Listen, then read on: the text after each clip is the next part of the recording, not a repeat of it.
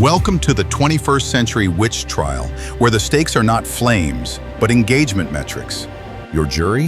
A timeline of strangers who have already decided you're guilty of not posting enough. Your crime? Breathing offline while the hive mind screeches. The verdict?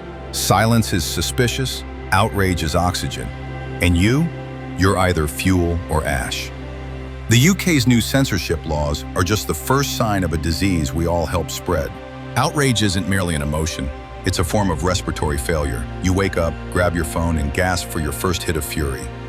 A celebrity said something stupid? Scream. A brand messed up? Boycott. A politician spoke? Impeach. The algorithm doesn't care if you're right, it cares if you're loud. Loudness equals engagement. Engagement equals ad revenue. Ad revenue equals more reasons to keep you hooked on rage. Social media has not only monetized anger, but also weaponized boredom. The brain now treats moral panic like a slot machine. Pull the lever and get a hit. You're not a person anymore. You're a brand, a product, a dopamine faucet.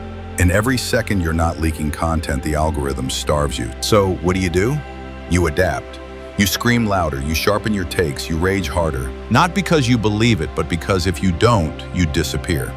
And nothing is more terrifying to a digital ego than being scrolled past. There was a time when silence was golden. Now it's probable cause. In the digital age, if you're not screaming, you must be plotting, or worse, judging.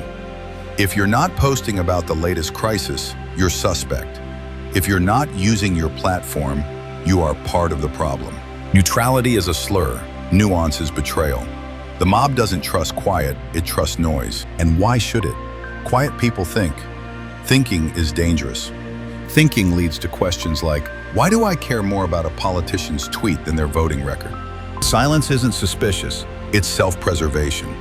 But the internet doesn't want survivors, it wants martyrs. You want to blame the platforms? Go ahead. But remember who built them. Every passive-aggressive thread, subtweet, humble brag and call out, every photo of your lunch with a caption about injustice was a brick in the sewer wall. Now you're drowning in it, shocked that the water smells like you. Internet safety laws exist because you demanded them. Regulate the bad people, you cried. Now you might be the bad person. You drove drunk on Outrage. Now they're installing seatbelts. Congratulations, this is your victory lap. This isn't oppression, it's a consequence. When you spend years screaming fire in a crowded digital theater, don't act shocked when they install sprinklers. You didn't just break the internet, you taught it how to break you. When you tag a politician to yell at them, their engagement score ticks up. They didn't need ads, you were the ad. You wanted a seat at the table. Congrats, you're the main course. The simplest solution?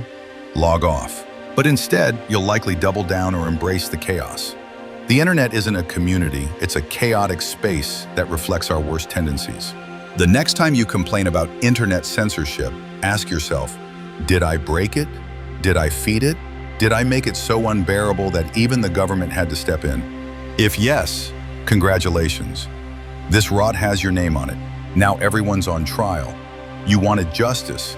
Now everyone's guilty. You wanted a revolution. Now it's just reruns. The real exorcism isn't about purging the internet. It's about purging the part of you that feeds it. The part that thrives on the performance. The part that mistakes trending topics for truth. The part that would rather be loud than wrong.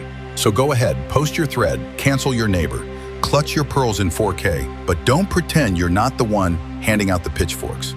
The internet didn't die. It self-destructed on schedule. You were warned, you laughed, you posted through it, and now the end is coming.